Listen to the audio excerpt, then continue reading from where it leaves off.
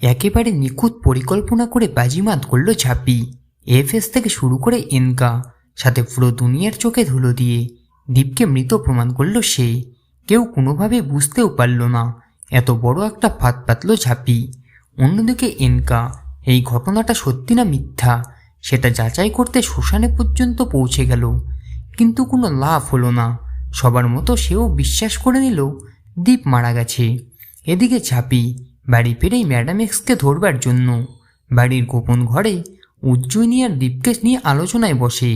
সেখানেই ঝাঁপি বলে, আমরা প্রথম পরীক্ষায় পাশ করে গেছি, এবার দ্বিতীয় পরীক্ষা আমাদের সামনে। ম্যাডাম এক্সকে প্রমাণসহ হাতে নাতে ধরে এফএসের কাছে তুলে দেওয়া, তাহলেই ও আবার পুরো দুনিয়ার সামনে আসতে পারবে। এই শুনেই উজ্জয়িনী আর দীপ বলে, কিন্তু আমরা এটা কিভাবে করব? ম্যাডাম এক্স কে? ওর মুখটা কেমন?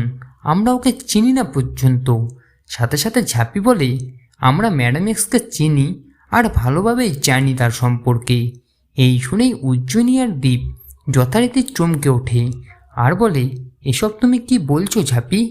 সে আবার কে? তখনই ঝাঁপি জবাব দেয়, আমি যদি খুব একটা ভুল না করে থাকি তাহলে এনকাদি আসলে ম্যাডাম এক্স, আর ও ঝুমাকে দিয়ে তোমার উপর নজরদারি করছিল।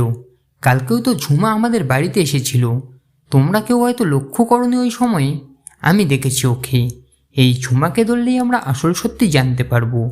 তো বন্ধুরা, এবার যদি ঝুমাকে ধরে তার মাথায় বন্দুক ধরতেই সে যদি স্বীকার করে নেয় এই ম্যাডাম এক্স আসলে এনকাই, তবে আপনাদের কেমন লাগবে কমেন্ট করে অবশ্যই জানান।